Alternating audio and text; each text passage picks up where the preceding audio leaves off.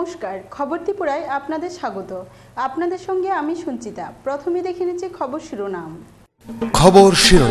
নিবেদন করছে লিপসেভ তাই লাইভ সুপারহিট। জঙ্গি হামলায় ফের রক্তাক্ত আফগানিস্তান। পরপর নাশকতার ঘটনায় নিহত ৩৬ জন এবং আহত হয় বহু। নাশকতার দায় স্বীকার করেছে তালিবান। বাংলাদেশে ব্লগার হত্যাকাণ্ডের ঘটনায় খুনের মামলা দায়ের হলো সন্দেহভাজন ৪ মৌলবাদীর বিরুদ্ধে। তবে শনিবার দুপুর পর্যন্ত কাউকে গ্রেপ্তার করা যায়নি। যুগান্তকারী পদক্ষেপ নিল ত্রিপুরা। কেন্দ্রের কাছে মৃত্যুদণ্ডের অবলুপ্তি চেয়ে আবেদনের প্রস্তাবনার মত দিলেন রাজ্যের সব বিধায়কই। এর পূর্ণ সমর্থন জানিয়েছেন মুখ্যমন্ত্রী মানিক সরকার এবং মন্ত্রী তপন চক্রবর্তীও। ফিরে আসছি বিজ্ঞাপন বিরতির পর, সঙ্গে থাকুন।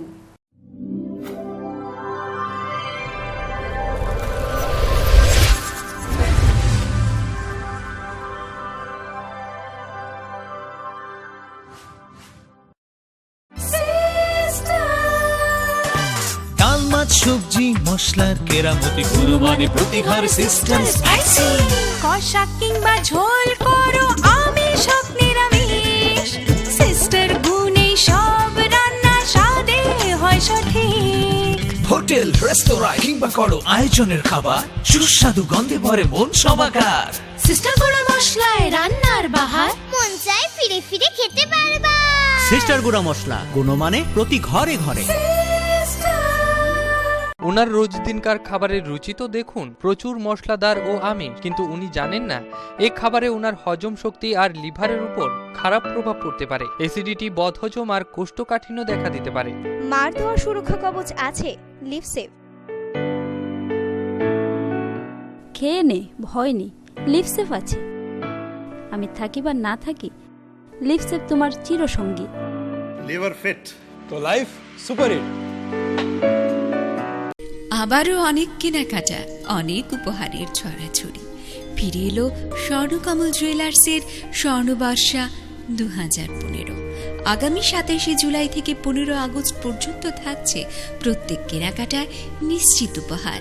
রয়েছে হীরার গহনার উপর 8%, হলমার্ক গহনার উপর 20% ভারী ছাড়। শুধু তাই নয়, প্রতি 5,000 টাকার যে কোনো কেনাকাটার উপর কুপনের মাধ্যমে জিতে নিতে পারেন সাপ্তাহিক লাকি ড্রয়ের অভাবনীয় পুরস্কার ও শেষে মেগা ড্রয়ের মাধ্যমে 1 লক্ষ টাকার স্বর্ণালঙ্কার। তাই এবার পূরণ হবে সবার আশা। শুরু হলো Swarnakamal জুয়েলার্সের স্বর্ণবর্ষা।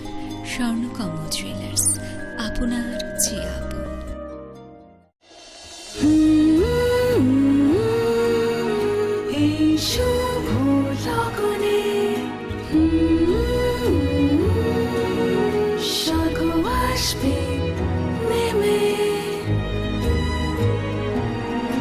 Heavenly wedding collections from PC Chandra Jewelers. PC Chandra Jewelers এর Agartala showroom, Hariganga Basak road, paradise Chowmuhani, Agartala, Tripura. Phone 038123266666।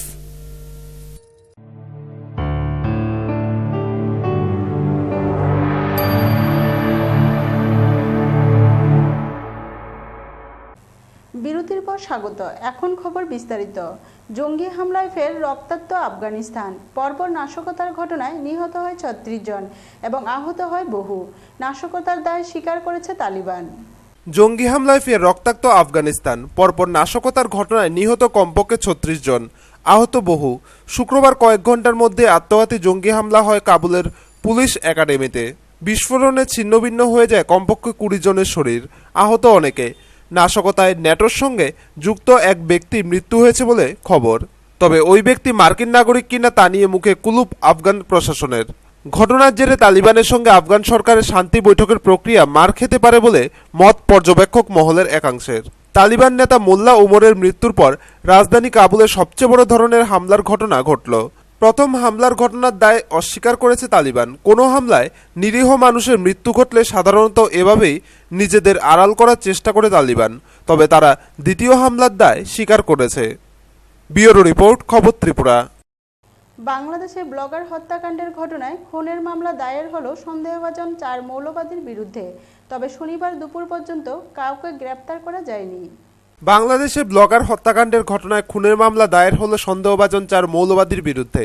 তবে শনিবার দুপুর পর্যন্ত কাউকে গ্রেপ্তার করা যায়নি। শুক্রবার গভীর রাতে নিহত ব্লগার নিলয় নীলের স্ত্রী আশা মনিক হিলগাঁও থানায় মামলা রুজু করেন। শুক্রবার নামাজের পর ঘর ভাড়া নেওয়ার নাম করে নিলয়ের ঢাকার 5 তলার ফ্ল্যাটে ঢুকে তাকে খুন করে মাস্কেকধারী দুষ্কৃতীরা।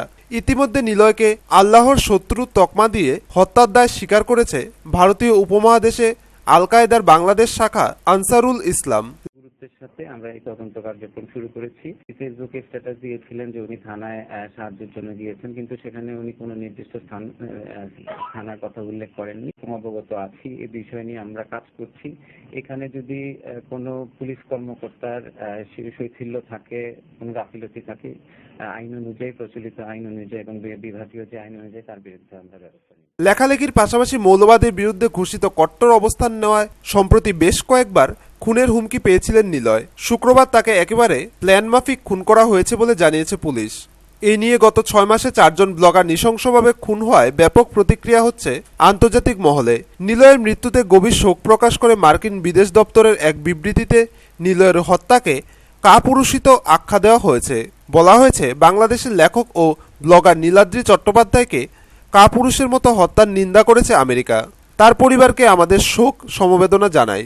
এই জঘন্য ঘটনায় হিংসাত্মক মৌলবাদের মোকাবেলায় একযোগে কাজ করার প্রয়োজনীয়তা ফের তুলে ধরল। অন্যদিকে লেখক সমাজকর্মীদের বিরুদ্ধে হিংসা রুখতে বাংলাদেশ সরকারকে পদক্ষেপ করতে বলল রাষ্ট্রসংঘ। মৌলবাদীদের সম্ভাব্য টার্গেট লেখক সমাজকর্মীদের শারীরিক নিরাপত্তা সুরক্ষার ব্যবস্থা নেওয়ার কথাও বলেছে রাষ্ট্রসংঘ। স্বাধীন মত প্রকাশের অধিকার ও বিচার বহির্ভূত হত্যা সংক্রান্ত রাষ্ট্রসংঘের বিশেষ 2 দূত ডেভিড কেই ও ক্রিস্তফ হেইন্স শুক্রবারে ব্লগার হত্যার তীব্র নিন্দা করেছেন। ব্যুরো রিপোর্ট, খবর ত্রিপুরা। যুগান্তকারী পদক্ষেপ নিল ত্রিপুরা। কেন্দ্রের কাছে মৃত্যুদণ্ডের অবলুপ্তি চেয়ে আবেদনের প্রস্তাবনায় মত দিলেন রাজ্যের সব বিধায়কই।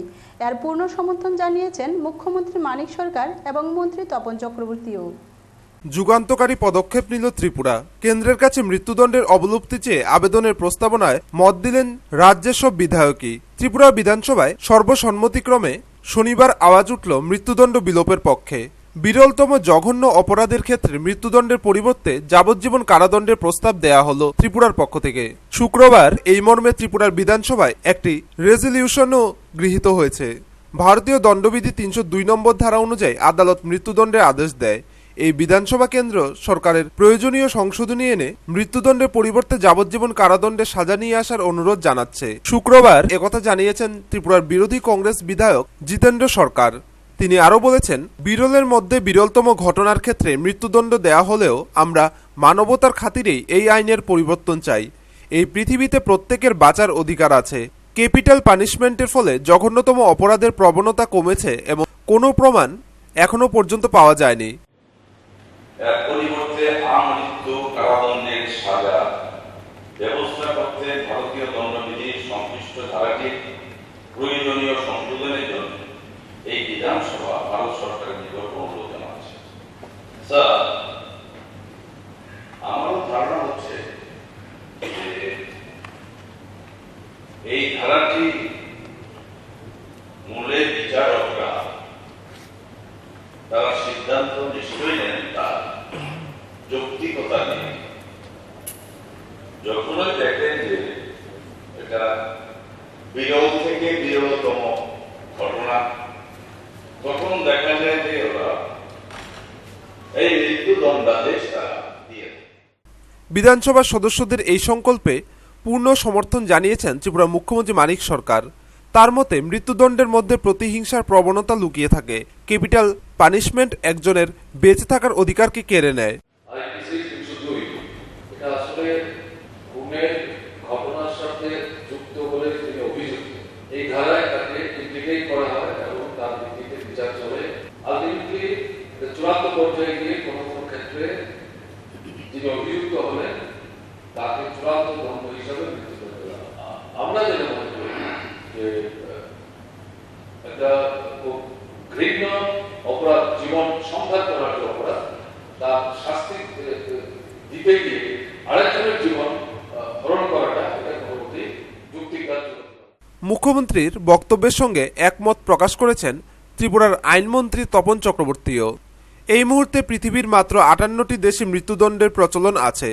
তপন চক্রবর্তীর মতে প্রতিহিংসার মাধ্যমে ন্যায়কে খুঁজে পাওয়া যায় না।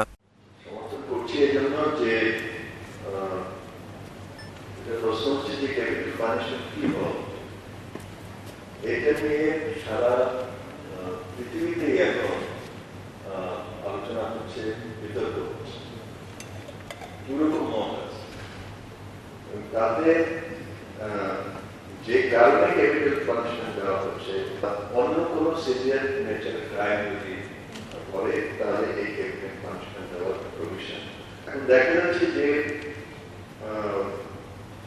পৃথিবীতে যে সমস্ত ডেভেলপ কান্ট্রিগুলো আছে তারা এই ডেথ পেনাল্টি এটা অ্যাভয়েড করে। বিধানসভার ভোটাভুটির সময় প্রত্যেকেই এই রিসলিউশনের সপক্ষেই মত দিয়েছেন। ব্যুরো রিপোর্ট, খবর ত্রিপুরা। আবারও নিয়ে নিচ্ছে ছোট্ট বিজ্ঞাপন বিরতির সঙ্গে থাকুন।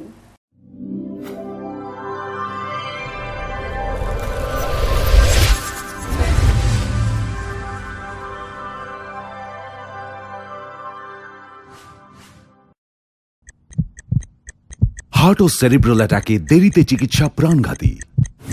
মনে রাখবেন, আন্তর্জাতিক মাপকাঠিতে চিকিৎসার গোল্ডেন আওয়ার প্রথম 2 ঘন্টা। তাই দেরি না করে চলে আসুন ঘরের পাশে আইএলএস হসপিটালে। 24 ঘন্টায় থাকছেন বিশেষজ্ঞ চিকিৎসকের দল। আছে অত্যাধুনিক ভেন্টিলেটর ও 24টি আইসিইউ বেড। আইএলএস হসপিটাল, সময় বাঁচান, জীবন বাঁচান। প্রতিদিন বন্ধুদের সাথে পার্টি, আমিষ ছাড়া তো চলেই না। তুমি জানো না এতে অ্যাসিডিটি, বদহজম, কোষ্ঠকাঠিন্য বাড়ে। লিভসেভ প্রতিদিনই খাই, এতেই অ্যাসিডিটি, বদহজম, কোষ্ঠকাঠিন্য থেকে মুক্তি পাই। এই ব্যাপার আছে লিভসেভ, তাই লাইফ সুপারহিট। ম্যালেরিয়া ও জলবাহিত রোগ প্রতিরোধ করুন। খালি গায়ে থাকবেন না, বাচ্চাদেরও জামা কাপড় পরিয়ে রাখুন যাতে মশা কামড়াতে না পারে। সন্ধ্যার পর মশারি ব্যবহার করুন। জ্বর হলে অবশ্যই নিকটবর্তী স্বাস্থ্যকেন্দ্র থেকে রক্ত পরীক্ষা করিয়ে নিন। রক্তে ম্যালেরিয়ার জীবাণু থাকলে চিকিৎসকের পরামর্শ মতো ওষুধ খান। বাড়ির আশেপাশে জঙ্গল এবং জমা জল পরিষ্কার রাখুন। জল ফুটিয়ে পান করুন, অপরকেও জল ফুটিয়ে পান করতে উৎসাহিত করুন। জাতীয় পতঙ্গবাহিত রোগ নিয়ন্ত্রণ প্রকল্প, স্বাস্থ্য ও পরিবার কল্যাণ দপ্তর, ত্রিপুরা সরকার।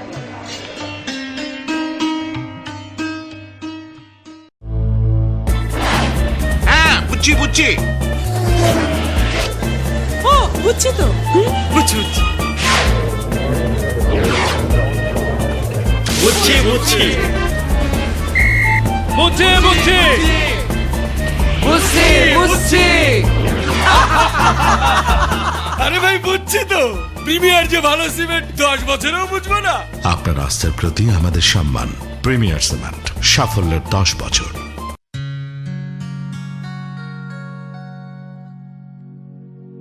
তোমার ছোঁয়াতে আমার পিপাসার শেষের শুরু জলপান জলপান এলাহি আড্ডার ভাগে রাখে হরি মারকে তোর ঝাপ ফেলে খুনসুটি ভুলে ফর্মেলিটি জলপান জলপান চানাচুর বদলে দিয়ে সমানা সুরে সুরে নানা একদিনে নানা নানা জলপান। সব আড্ডায় আনে প্রাণ প্রতিমা জলপান চানাচুর। জলপান চানাচুর।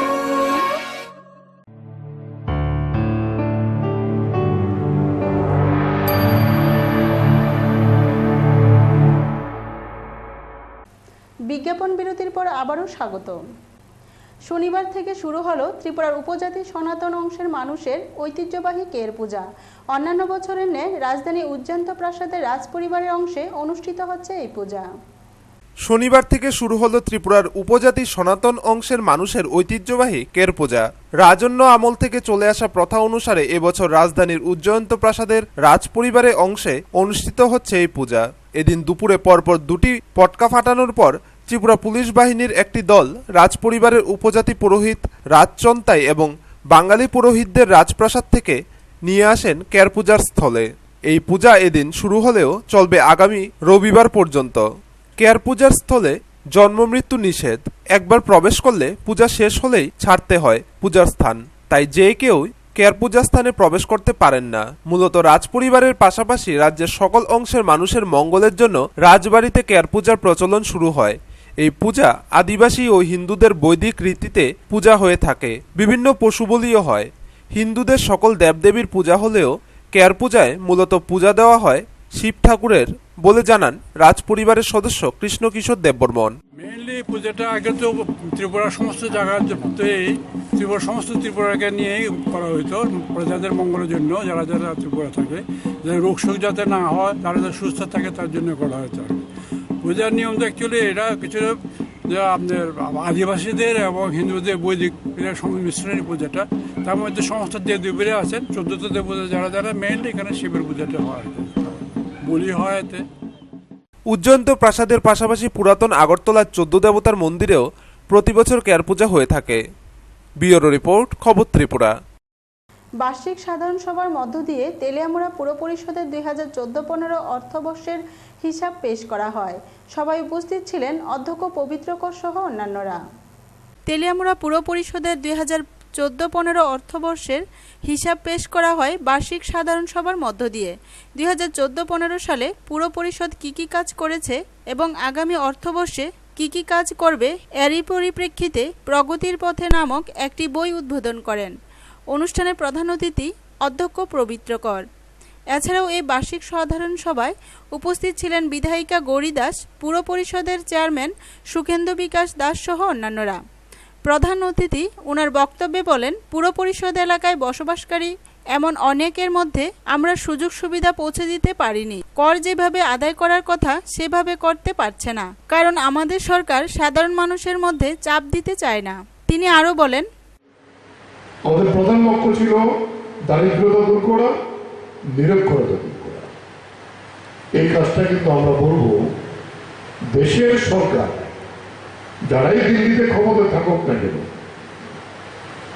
47 সালের পরে দেশ স্বাধীন হয়েছে, কিন্তু এখনো কিন্তু মানুষ ভারতবর্ষে না খেয়ে থাকতে হয়, ফুটপাতে থাকতে হয়, মাথা গোজার ঘর নেই, ভিক্ষাবৃত্তি করে এখন অনাহারে কাউকে থাকতে হয়। আমাদের রাজ্যের গুরুত্বপূর্ণ বড় স্ট্যান্ড, রেলওয়ে স্টেশন, আমরা গেলে কোনো জায়গায় দেখি না কাউকে ভিক্ষার পাত্র নিয়ে কারো কাছে হাত পাততে। আমরা বলবো আমাদের রাজ্যে কাউকে এখনো ফুটপাতে ঘুমাতে হয় না। হয়তো সমান মানের ঘর সবার কাছে নেই, কিন্তু আগে যেটা। ব্যুরো রিপোর্ট, খবর ত্রিপুরা।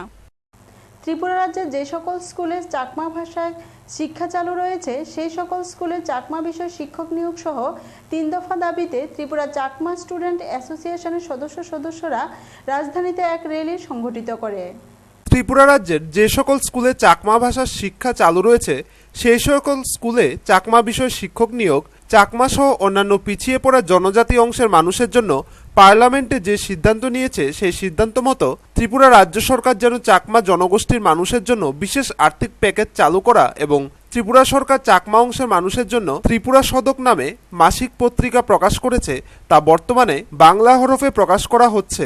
ত্রিপুরা সদকের হরফ বাংলার পরিবর্তে চাকমা হরফে চালু করা, এই 3টি দাবিকে সামনে রেখে শনিবার বিকেলে আগরতলায় এক র্যালির আয়োজন করল ত্রিপুরা চাকমা স্টুডেন্টস অ্যাসোসিয়েশনের সদস্যরা। এদিন র্যালিটি আগরতলার বিবেকানন্দ স্টেডিয়াম থেকে শুরু হয়ে শহরের বিভিন্ন পথ পরিক্রমা করে আবার বিবেকানন্দ স্টেডিয়ামে এসে শেষ হয়। আমাদের যে ত্রিপুরা সরকার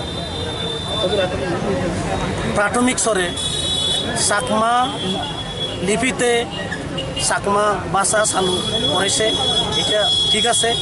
আগে বাংলা হরকে চালু করেছিল, কিন্তু কোনো এখন অবধি কোনো চাকমা বিষয়ক সাবজেক্ট টিচার নিয়োগ করে নাই। চাকমা ল্যাঙ্গুয়েজ টিচার এবং অন্যান্য মাইনরিটি ল্যাঙ্গুয়েজ টিচার বিষয়ক শিক্ষক অতি সত্বর নিয়োগ করতে হবে। 105 committee report on Rajya Sabha report মোতাবেক আমাদের যে বিশেষ আর্থিক প্যাকেজটা যাতে অতি সত্বর বাস্তবায়ন করা হয় এবং ত্রিপুরা সরকারের আন্ডারে মাসিক একটা পত্রিকা বের হয় ত্রিপুরা সদক। এই ত্রিপুরা সদক পত্রিকাটা যাতে ত্রিপুরা গভর্নমেন্ট চাকমা স্ক্রিপ্ট যদি স্বীকৃতি দিয়ে থাকে, এই পত্রিকাটা যাতে বেঙ্গলি স্ক্রিপ্ট পরিবর্তে চাকমা স্ক্রিপ্টে যাতে প্রকাশ করা হয়, যাতে চাকমাদের ভাষা কালচার সাংস্কৃতিক উন্নতির কল্পে যাতে ত্রিপুরা গভর্নমেন্ট আরও সচেষ্ট হয়, যাতে আমাদের এটি হচ্ছে আমাদের মুখ্য ডিমান্ড। ব্যুরো রিপোর্ট, খবর ত্রিপুরা। ত্রিপুরা ন্যায্য মূল্যের দোকান পরিচালনা সমিতির কমলপুর বিভাগের ৪র্থ বিভাগীয় সম্মেলন শনিবার মানিক ভান্ডার মৈত্রী ভবনে নতুন কমিটি গঠনের মধ্যে সম্পন্ন হয়। ত্রিপুরা ন্যায্য মূল্য দোকান পরিচালনা সমিতির কমলপুর বিভাগীয় ৪র্থ সম্মেলন শনিবার মানিক ভান্ডার মৈত্রী ভবনে অনুষ্ঠিত হয়। শহীদ বেদিতে মাল্যদান শেষে মৈত্রী ভবনের হল ঘরে প্রদীপ প্রজ্বলন করে সম্মেলনের উদ্বোধন করেন বিধায়ক অঞ্জন দাস। তাছাড়া সম্মেলনে উপস্থিত ছিলেন ত্রিপুরা রাজ্য ন্যায্য মূল্যের দোকান পরিচালন কমিটির রাজ্য কমিটির সম্পাদক দিলীপ দেবনাথ, সহ সম্পাদক প্রদীপ শাহ, সভাপতি প্রদীপ চক্রবর্তী, সংগঠনের কমলপুর বিভাগীয় কমিটির সম্পাদক জয়ন্ত চক্রবর্তী, সভাপতি মনু দেবনাথ, দুর্গাচমনি পঞ্চায়েত সমিতির চেয়ারম্যান মানবেন্দ্র দেব সহ মহকুমার বিভিন্ন প্রান্ত থেকে আগত সমিতির সদস্যগণ। উদ্বোধনী ভাষণ দিতে গিয়ে বিধায়ক অঞ্জন দাস বলেন, এই কঠিন একটি পরিস্থিতি যখন আমাদের দেশে চলছে, একদিকে কৃষকের আত্মহত্যার মিছিল, কৃষক তার উৎপাদিত ফসলের ন্যায্য দাম পাচ্ছেন না, কৃষিকাজ করবার জন্যে তার কৃষি সামগ্রীর কোনো ভর্তুকি পাচ্ছেন না, উৎপাদিত ফসল ন্যায্য দাম পাওয়ার জন্য সহায়ক মূল্য পাচ্ছেন না, তখন কৃষি কাজ থেকে মুখ ফিরিয়ে নিচ্ছেন কৃষকরা। তাতে কাজের সংকট, খাদ্যের সংকট বাড়ছে। এইরকম একটি অবস্থা মা তার প্রিয় সন্তান বিক্রি করে দিচ্ছেন। একটা মার কাছে সবচাইতে আদরের প্রিয় ধন সম্পদ না, সন্তান হচ্ছে তার কাছে সবচাইতে প্রিয়তম শ্রেষ্ঠ সম্পদ। হৃদয়ে ব্যথা নিয়ে, মনে যন্ত্রণা নিয়ে একটি মা তার শিশুকে বিক্রি করে দিতে হচ্ছে। ওই দিন সম্মেলনে জয়ন্ত চক্রবর্তীকে সম্পাদক করে মনু দেবনাথকে সভাপতি করে ১৭ জনের নতুন কমিটি গঠন করা হয়। সম্মেলনে মোট ৭৭ জন প্রতিনিধি অংশগ্রহণ করে। ব্যুরো রিপোর্ট, খবর ত্রিপুরা। ৫ দফা দাবি আদায়ের লক্ষ্যে জেলা শাসক এবং আমবাসা মহকুমা শাসকের নিকট এক ডেপুটেশন দিল আমবাসা ব্লক কংগ্রেস প্রতিনিধিরা। ৫ দফা দাবি আদায়ের লক্ষ্যে জেলা শাসক এবং মহকুমা শাসকের নিকট ডেপুটেশন দিল ব্লক কংগ্রেস। দাবি মূলত ৫টি। দীর্ঘদিন বাদে শীত ঘুমে আচ্ছন্ন আমবাসা ব্লক কংগ্রেসের নেতারা হঠাৎ জেগে উঠল, তাও রাজ্যব্যাপী একটি এবং স্থানীয় 4টি দাবি নিয়ে।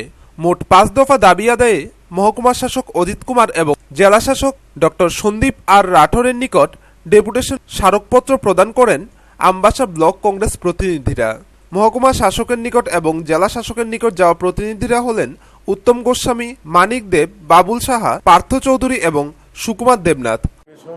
যে করা হয়েছে 13টা ওয়ার্ডে, এটা সঠিক হয় নাই। পপুলেশন ওয়াইজ এটা বেশ কম আছে। তার জন্য আমরা আজকে 5 দফা দাবির ভিত্তিতে ডিএম এর শরণাপন্ন হয়েছি। উনি আমাদের আশ্বাস দিয়েছেন যে উনি এটা তদন্ত করে দেখবেন এবং সমস্ত কিছু দাবি সমস্যা উনি ব্যক্তিগতা স্বীকার করেছেন। দফা দাবি নিয়ে আমরা আজকে আমবাসা এসডিও অফিসের কাছে 47 আমবাসা ব্লক কংগ্রেস কমিটির পক্ষে ডেপুটেশন দিয়েছি এবং এসডিএম সাহেব আমাদের দাবিগুলো আর যুক্তিকতা মেনে নিয়েছেন এবং আমাদেরকে আশ্বস্ত করেছেন অতি সত্বর আমাদের দাবি মানার ব্যাপারে উনি চেষ্টা করবেন। উভয় ক্ষেত্রে ডেপুটেশন গ্রহণকারীরা বলেন বিষয়গুলি উনারা বিবেচনা করবেন। बाउंड्री सेट होना बहुत जरूरी है। अब मतलब 1 किलोमीटर दूर वोटर्स हैं, उस वोटर्स को उसमें शामिल करना पॉसिबल नहीं है। ये तो मतलब अटपटा लगेगा, ये डिलिमिटेशन है, ये अटपटा लगेगा। ठीक है, तो इसलिए हम इसमें नहीं कर रहे, लेकिन आपने ऑब्जेक्शन दिया है, ठीक है, हम इस पर विचार करेंगे। ব্যুরো রিপোর্ট, খবর Tripura. All Tripura health contractual employees অ্যাসোসিয়েশনের বিভাগীয় সম্মেলন বিশালগড় স্থানীয় কনফারেন্স হলে অনুষ্ঠিত হয়। সম্মেলনে উদ্বোধন করেন সিপাহীজলা জেলার জেলা সভাধিপতি ফখরুদ্দিন আহমেদ। শনিবার সকাল 10টায় all Tripura health contractual employees অ্যাসোসিয়েশনের বিভাগীয় সম্মেলন অনুষ্ঠিত হয় বিশালগড়ের স্থানীয় একটি কনফারেন্স হলে। এটি ছিল বিভাগীয় দ্বিবার্ষিক সম্মেলন। নয়া উদারতাবাদের বিরুদ্ধে বিকল্পের লড়াইকে শক্তিশালী করাই ছিল সম্মেলনের মূল বাণী। সিপাহীজলা জেলার জেলা সভাধিপতি ফখরুদ্দিন আহমেদ ছিলেন সম্মেলনের উদ্বোধক। প্রধান বক্তা ছিলেন সারা ভারত রাজ্য সরকারি কর্মচারী মহাসংঘের সম্পাদক অশোক কুমার দেবরায়। তাছাড়া বিশেষ অতিথি ছিলেন উপদেষ্টা কমিটির চেয়ারম্যান হারাদন দেবনাথ এবং all Tripura health contractual employees অ্যাসোসিয়েশনের সাধারণ সম্পাদক সমিত ভট্টাচার্য সহ অন্যান্যরা। সম্মেলনে সম্পাদকীয় প্রতিবেদন পেশ করেন সুজিত মুহুরী এবং প্রতিনিধির সংখ্যা ছিল 150 জন। বিচার করে আজকে আমরা ত্রিপুরায় যে কর্মচারীরা শুধু অর্থনীতি না, সব কিছু দাবি দেওয়ার এবং মানুষের পাশে দাঁড়িয়ে সংগ্রাম করে আগামী দিনে এই সংগ্রামকে যাতে কেন্দ্রীয় সরকারের হাত থেকে ছিনিয়ে এনে আমরা যেই কর্মচারীদের উপর যে আক্রমণ এসেছে সেই আক্রমণকে প্রতিহত করে আগামী দিনে আমরা শক্তিশালী সংগঠন করতে পারবো, এই আশা বিশ্বাস রেখে সবাইকে আবার এই ইনকাম জানিয়ে আমি আমার সংগীত সৃষ্টি ইনকাম জিন্দাবাদ। ব্যুরো রিপোর্ট, খবর ত্রিপুরা। সনাতন ধর্ম রক্ষার স্বার্থে কমলপুরের দুর্গাচৌমুনি বাজারে বরুণ সাধুর আশ্রমে অনুষ্ঠিত হল কমলপুর মহকুমা আধ্যাত্ম সাধক সমিতির এক ধর্মসভা।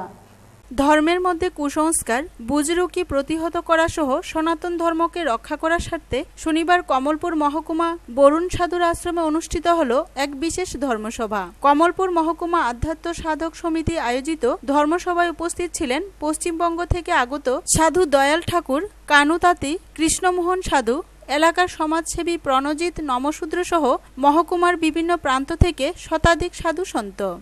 সারাদিনব্যাপী ধর্মীয় সভায় সনাতন ধর্মের স্বার্থে এবং পাশাপাশি বর্তমান সাধু সন্তদের অবস্থান নিয়ে আলোচনা করেন সাধু সন্তরা। মন্থন করিয়া গীতার অমৃত বাণী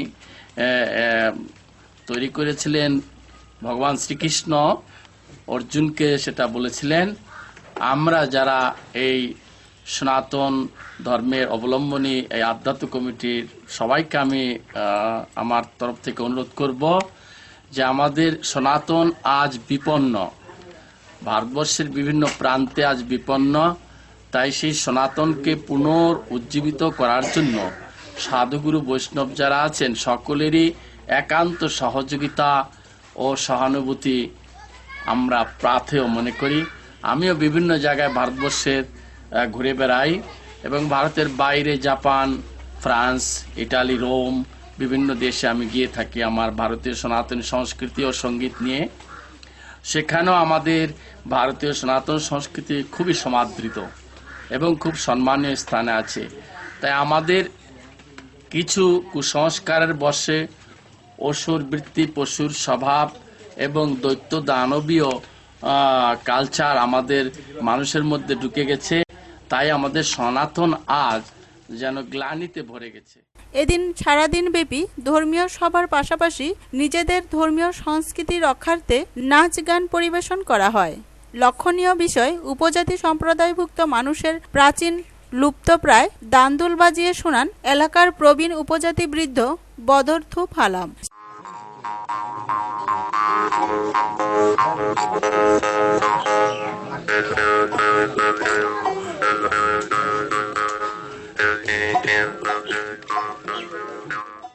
সারাদিনব্যাপী অনুষ্ঠানের শেষে মহকুমা সাধু সন্তদের বিভিন্ন সমস্যা সহ একাধিক দাবির পর্যালোচনা করা হয় ধর্মসভায়। এদিন মহকুমার বিভিন্ন প্রান্ত থেকে আগত সাধু সন্তদের উপস্থিতি ছিল চোখে পড়ার মতো। ব্যুরো রিপোর্ট, খবর ত্রিপুরা। খবর শেষ করার আগে আবারও দেখে নিচ্ছি খবর শিরোনাম। খবর শিরোনাম নিবেদন করছে